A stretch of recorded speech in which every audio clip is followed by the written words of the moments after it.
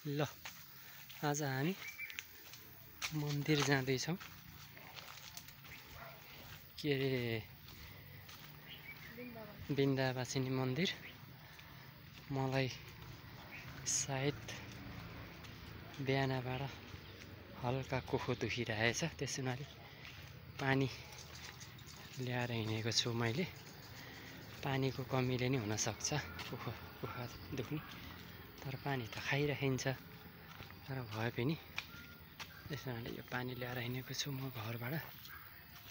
अब हामी त्यो डाँडामा पुगिन्छ। यो डाँडो यो पहाडदेखि मुनि जहाँ यो कता हो फेरि यही डाँडो, यो डाँडो मुनि भगवानको मन्दिर छ, बिन्दावासिनी मन्दिर। त्यो मन्दिरमा हामी जाँदैछौँ। र अस्ति हामी त्यो पल्लो डाँडोमा गएको थियो। त्यहाँ यो पल्लो डाँडोको फेदमा त्यहाँ एउटा अर्ग्यानिक एउटा फार्म रहेछ। सबै लोकल जातको अर्ग्यानिक अङ्गुर। अनि त्यहाँ गएर अनि माछा त साना भुराहरू थिए, खाने लायकका त थिएनन्। तर जाउँ गएर हेरौँ न कस्तो रहेछ भन्दा कि त्यहाँ गएर घुमियो, हेरियो। अनि लोकल अङ्गुर रहेछ, अङ्गुर लिएर आइयो। आज हामी मन्दिर जाँदैछौँ। अब हामी यसो मोटर बाटोको सिधा हिँडेर माथि त्यो जुन देखिन्छ यो बिरुवा बसपारा कि सुनसान छ, दसैँ लगाइसक्यो। त्यहाँ पुग्दैछौँ हामी। यही जग्गा, यही ठाउँमा त्यहाँ पुगेर हामी बस्दैछौँ।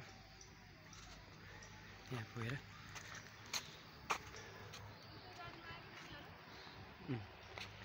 हुन नि सक्छ यता गाडी आएछ, त्यो गाडीमा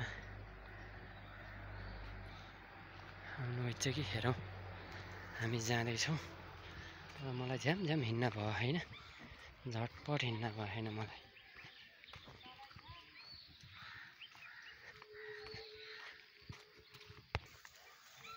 बिरुवा बस पार्क। ल हाम्रो यो ठ्याक्कै यो खोला डिल भन्ने बाटो यही पऱ्यो। अब हामी जाँदैछौँ, यता गयो भुजुङ्गे चोक।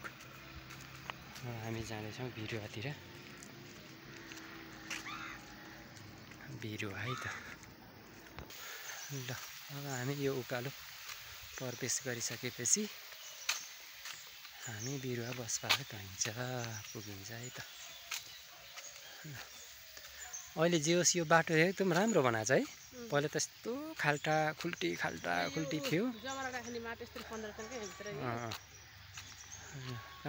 यो खाल्टो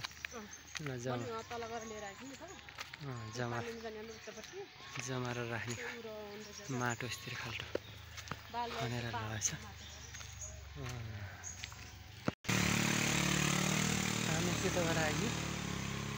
त्यताबाट आएर अहिले हामी बिरुवा ठ्याक्कै अहिले मैले देखाएको थिएँ उकालो यो भयो। यो पहिला बाटो एकदम खत्तम थियो, अहिले राम्रो बनाएछ यो बाटो ढलान गरेर।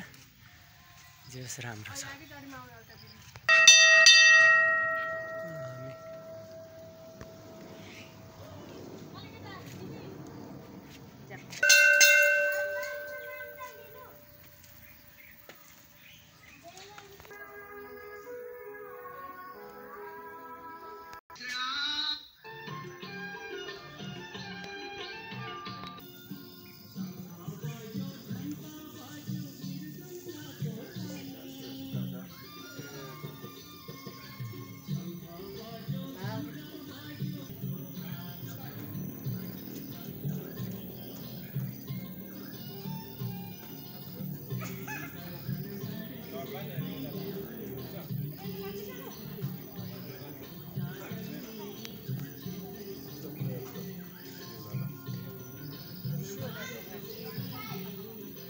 यही